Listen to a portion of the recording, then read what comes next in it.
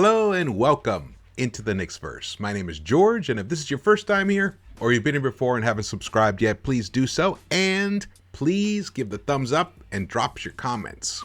Very much appreciated. I love the comments, as you guys know. Well, tonight was a historic night at MSG. That's right, tonight was the night that Stephen Curry became the three-point king. There was never really any doubt that he would become that. He broke Ray Allen's record, and Ray Allen, who had broken Reggie Miller's record as the most three-pointers made, they were all there tonight to celebrate this. Unfortunately, the Knicks lost. Yep, the Knicks lost, but it's not like it's not like we thought we were going to actually, this win was in the bag at all, because the Knicks were depleted. We had RJ, we had Grimes, we had Obi, all out because of COVID protocols, health and protocols, or whatever they call them. So we were really shorthanded, and Burks, it was his first game back from his personal day off because, he became a father again. And, he looked a little rusty. Actually, more than a little rusty, especially in the first half. But really, it was a night to celebrate this man here, who is by far one of my favorite players of all time. I dreamt of him being a Knick many times. I wish we had drafted him. We'd been able to draft him, but the Warriors had the pick right before us, and they got him, and the rest is history. Yep, that's it. Look at that. The 7:28 mark, Steph Curry took over. The keys to the kingdom there, as far as the best. He's the best shooter of all time. There's no doubt about that. And there was Emmanuel Quickly right there draining a three. That was a step back that originally, I believe that was the one that was originally counted as a two, and then it became a three. This game, it looked like for a little while that the Knicks might actually be able to steal this one. But it wasn't to be. Nope, it wasn't to be. The Knicks lost it 105-96. And now we're 12-16 overall. We're 4 games under 500. Not a good place to be. We've lost 7 of the last 8 and 5 straight at home. So things generally look pretty bad right now for Knicks. For Knicks fans, for the Knicks team, for New York. Any basketball fan right now that is a Knicks fan is not happy at the moment.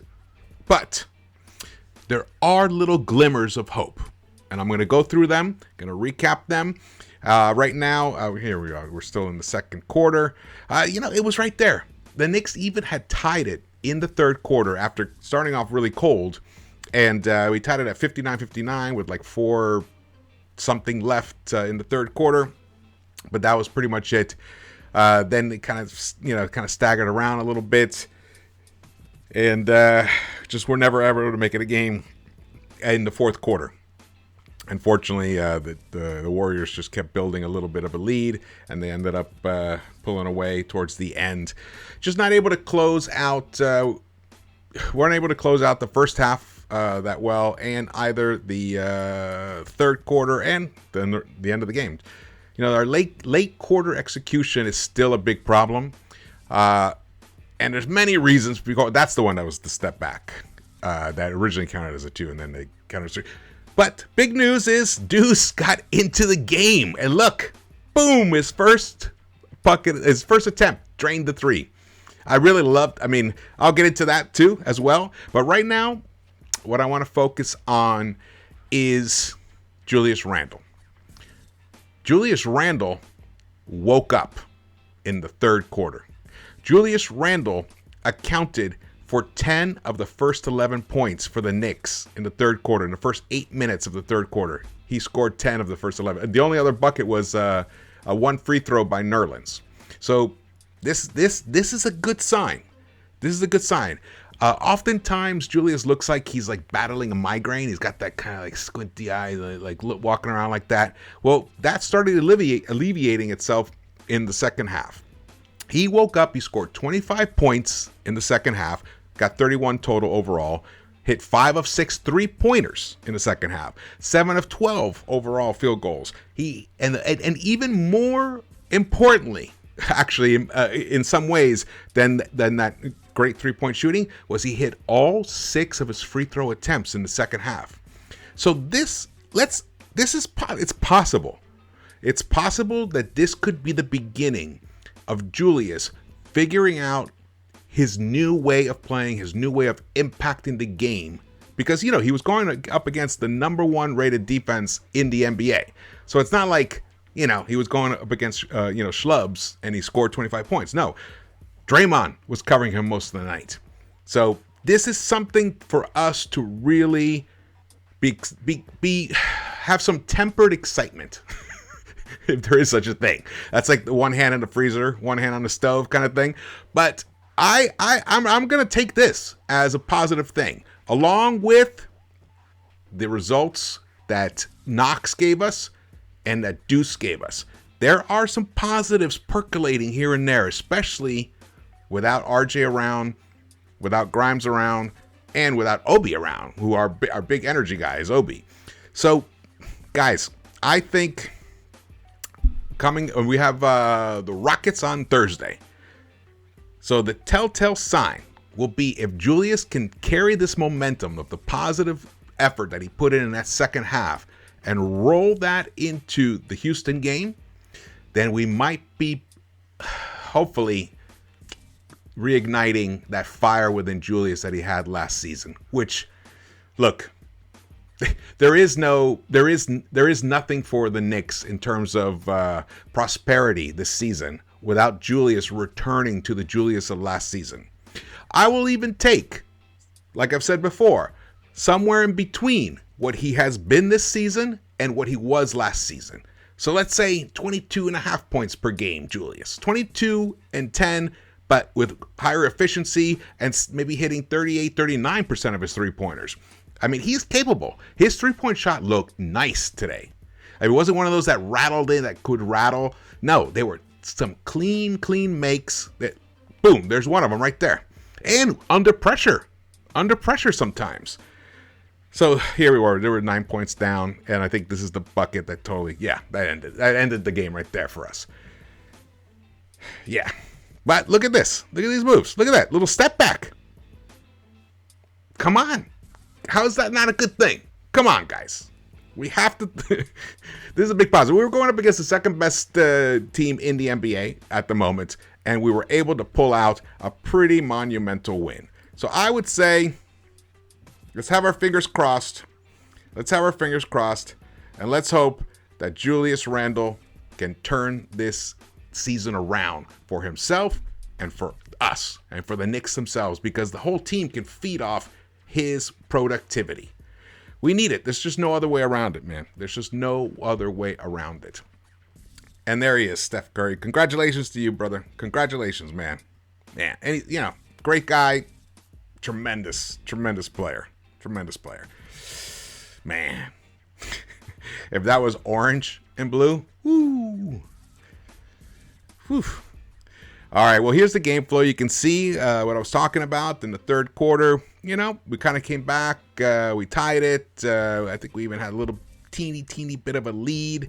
And then, but around that 8-minute mark, the Warriors started pulling away. And, we closed it to about 8 or 9. And then that was pretty much it, like a recap before. But Julius Randle, 31 points, 7 rebounds, 3 assists, 10 of 21 overall. Nice. He hit all of his three-pointers in the second half. And the other stellar performance, not stellar, but, solid performance was Derrick Rose.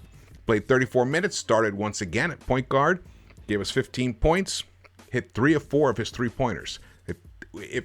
His three-point shot had been a little bit shaky as of late, but it came back tonight. Another positive sign. Unfortunately, a big, humongous negative was Evan Fournier's play. In 29 minutes, he only gave us 2 points. That's it. 1 of 5 field goals. Missed all 4 of his 3-point shots. So he made his 1 2-point make. There you go. 1 rebound, no assists. I mean, that's just an appalling stat line right there. That this is our most expensive free agent signing, and that's the kind of productivity he's giving us, that's a problem. And I'm going to address that in a little bit about how possibly we could handle this moving forward. Because even Thibs, in his post-game press conference, called out the young players on the team. He called out Sims from before when he got a chance. He called out, we're talking about positively. He didn't call him out negatively. He called him out positively, called out Grimes, and he called out Deuce tonight. Deuce came into the game. He played more minutes today than he had played total all season long. In the other 8 games he had played, they didn't total up to the 22 minutes he played tonight. Now he shot 3 of 12. Oh no, that's sorry, that was quickly. I missed that. I was gonna say, wait a second, no, he didn't shoot 3 of 12. He hit 3 of 8. 3 of 8 field goals, 2 of 4 of his 3-pointers, and he looked good. He got 4 rebounds, got 1 dime, 8 points in 20 minutes. Not 22 minutes, 20 minutes. Sorry about that. Which is still more. 20 minutes is still more than all the total minutes he's played all season long. So going down to Westchester in the G League has really helped him. I had a feeling that him getting that time, that burn in Westchester, was going to end up paying off. And then Kevin Knox came in. 2 of 4 overall. Hit 2 of his 3-pointers. Looked nice. He can shoot over most people. Very few people can get to his shot and block that shot. 7 rebounds, 1 assist, gave us 9 points in 20 minutes. Really, that's a really nice, productive 20 minutes for Kevin Knox, who hasn't played much this season at all. So there are some silver linings. The other one is Nerlens Noel actually had an effective game tonight. It's been forever. I can't even remember last time I even thought he had a good game. But, of course, we can't have it all. Mitch did not have a good game. Mitch struggled once again. And so did Emmanuel Quickley. He hit only 3 of 12 of his shots. 2 of 9 from the 3-point line. He's been struggling terribly. I think he's somewhere around 21 point something percent in 3-point shots in the last 9 games.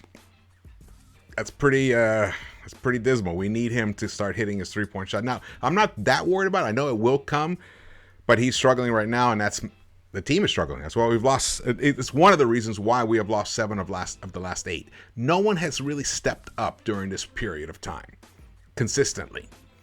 And a lot of it is because people are trying to find their new roles. However, he was pretty good at creating some opportunities. He made a couple of decent passes here and there, but for some reason he has the tendency to pull up his dribble too early, and then he kind of gets jammed up, and then he has to find someone to come over so he can pass the ball to somebody.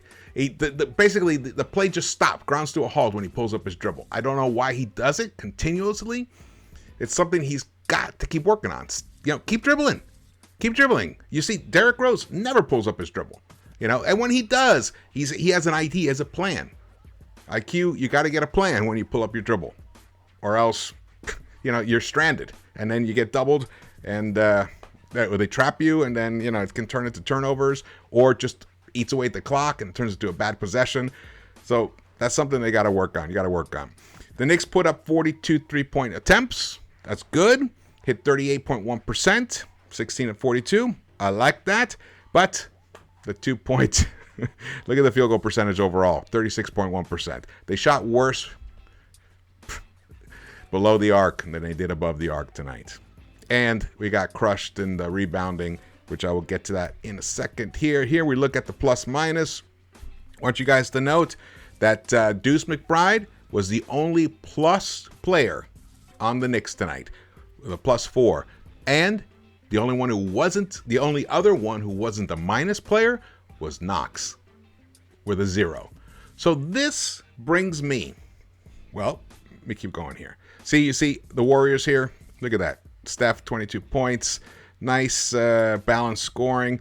And look how many players got involved in this game for the Warriors. 11. The Knicks only played 9. Now, we were shorthanded. So just got to say that. We were shorthanded. But we know as Knicks fans that Thibs has not been playing the young guns enough. And I'm going to and this is my whole point here. And I showed you guys a while back that there was a game between when the Warriors played against the Nets when they were last in New York. They played Brooklyn. They played 13 players against the Nets. Why can't we? I think this is just it. Thibs, you must embrace the youth on this team. The vets are not pulling their weight. Burks, no. Fournier, no. Even Mitch, no. Nerlens, other than tonight, finally, but Randle had been struggling mightily until tonight, his first decent game.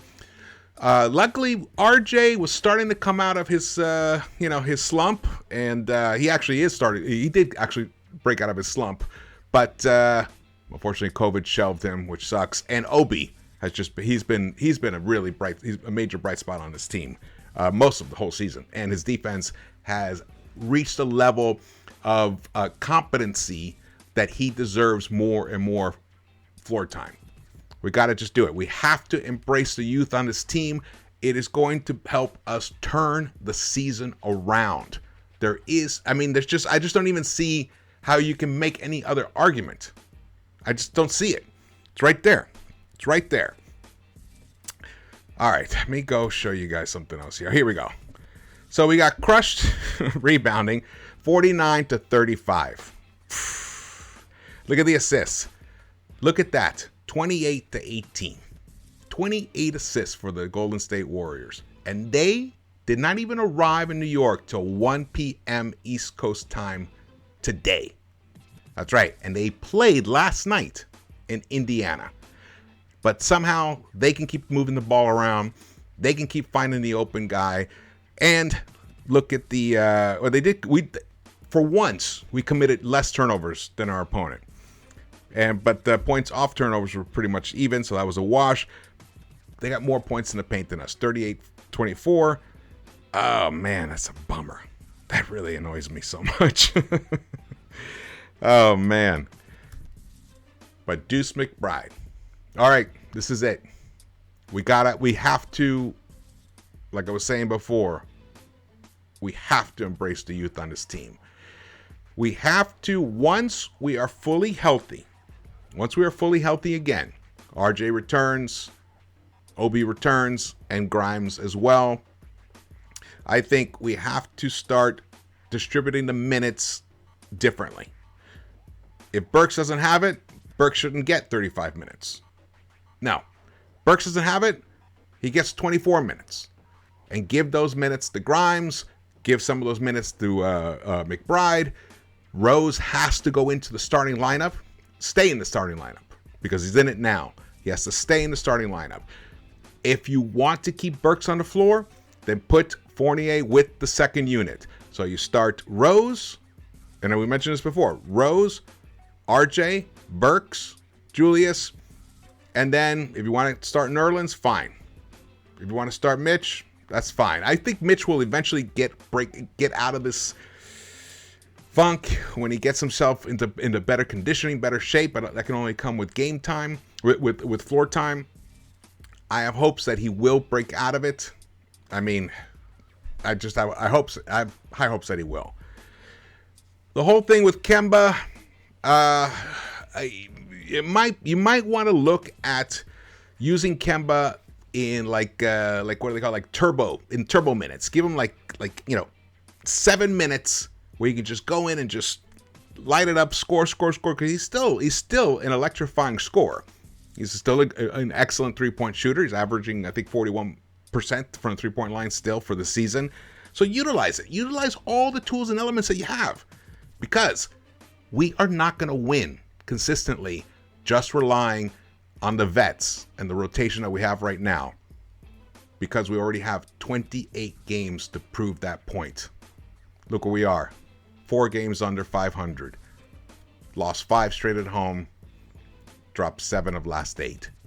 So the proof is right there, staring us right in the face in the standings. Alrighty. Well, thanks so much for watching this. If you enjoyed it, please subscribe and hit the thumbs ups. And drop your comments. Definitely want to hear your feelings about all this. And I will see you around the Knicks-Verse.